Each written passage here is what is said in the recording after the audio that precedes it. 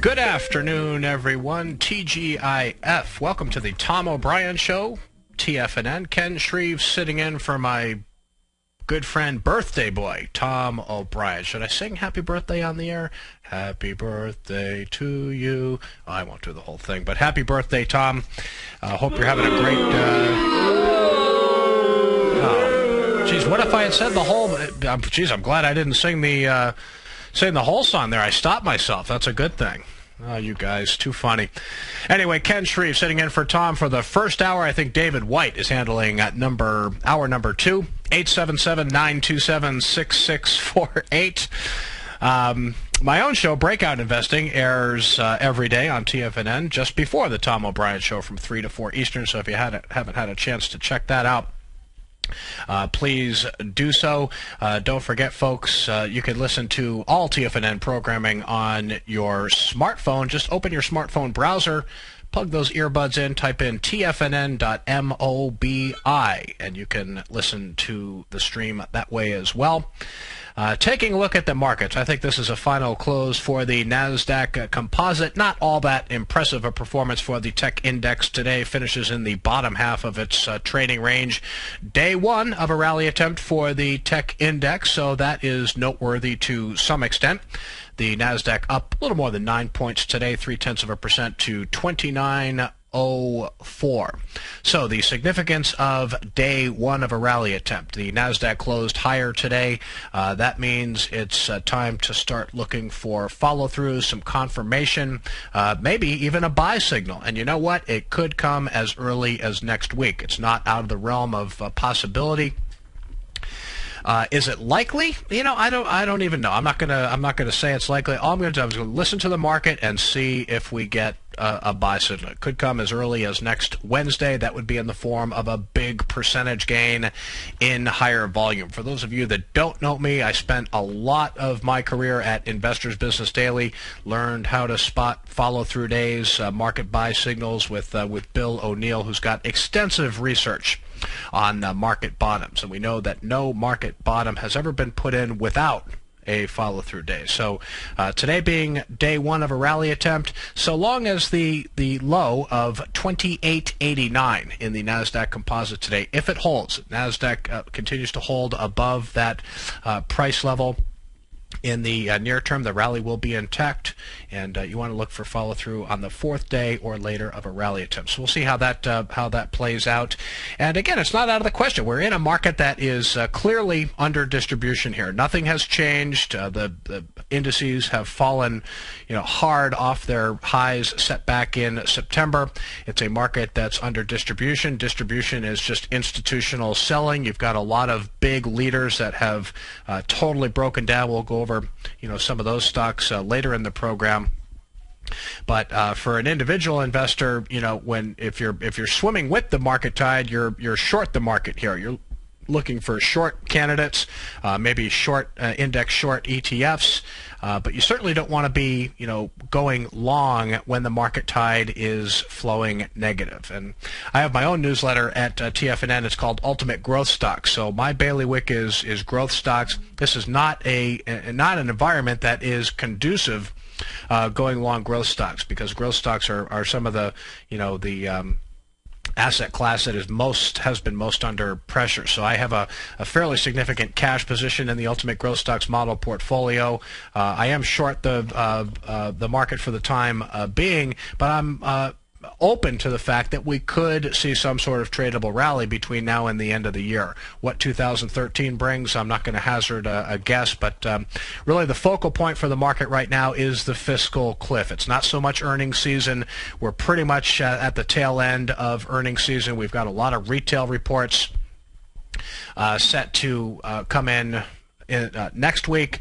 Fairly busy week of economic data as well, but it's really going to be all about retail next week. But outside of that, the focal point is going to be this fiscal cliff. Now, President Obama today invited business leaders and congressional leaders, both Democrats and Republicans, to the White House next week for talks on how to avoid the fiscal cliff. And tell you what, if the market perception starts to feel like progress is being made, that could continue to bring money out of the bond market and into stocks. Now, bonds have been rallying. I know that bond trade is a tempting one right now.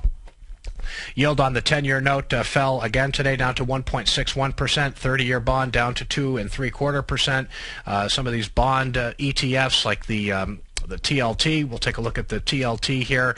You have a technical breakout here yesterday in pretty decent volume, and this is the iShares Barclays 20-plus year Treasury bond fund. You've also got the IEF, which is the 7 to 10-year Treasury bond fund, also breaking out this week. So if you like to buy relative price strength, these are interesting trades. But I'll tell you what, these trades can really turn on a dime, especially, I mean, the market, again, could follow through as early as next week. It may or may not happen. It could take another week, 2 weeks, 3 weeks to happen. But you know, being long bonds here isn't without its risk, no doubt about it.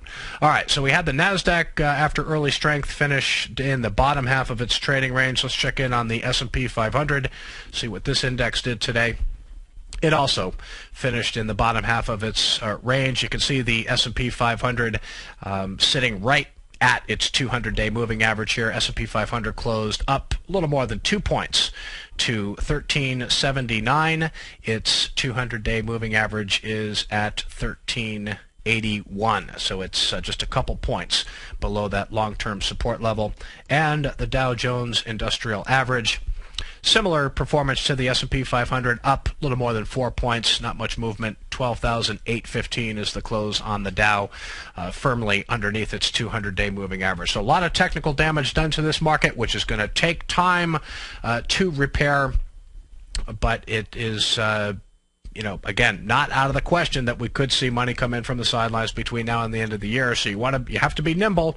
Nothing new in this market. It's been pretty much the case all year in 2012. You got to be quick on your feet, and you know, market uptrends can quickly end, and market downtrends can quickly end as well.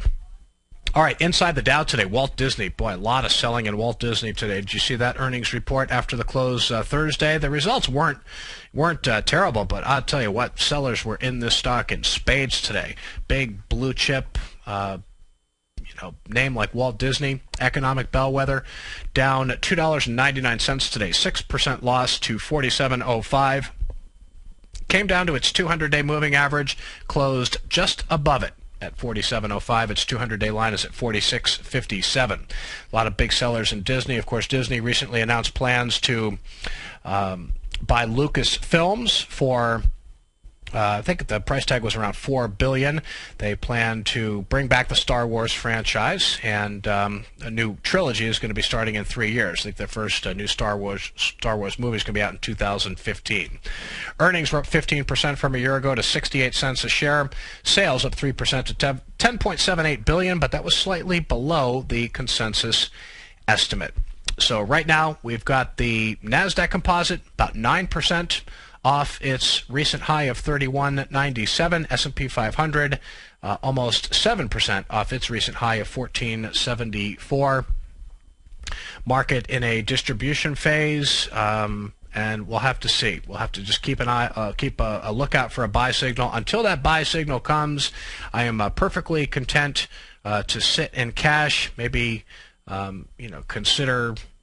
Like I said, I'm short an index ETF here right now, and we'll see how it plays out in coming days. U.S. dollar index last at 81.01, up 22 ticks on the day. I have a dollar index here with my charting service here. This is as of Thursday's close. You see, buyers have been coming into the dollar since October. It was index was around 79. In October. Now it's up at 80.79. So a little bit of rally in the greenback lately. And I'll tell you what, with the rally in the dollar and with gold acting the way it is, gold is not looking too bad as a possible short, is it? Especially when you look at the GLD. The GLD plunged below its 50-day moving average in October. It's starting to rally back here, and there was some volume, but notice the volume getting quieter and quieter And now that 50-day moving average, if you're watching on Tiger TV, could be a resistance level for now. So to me, it looks like lower prices ahead for gold. Ken Shreve filling in for Tom O'Brien. We'll be back in just a little bit. Stick with me.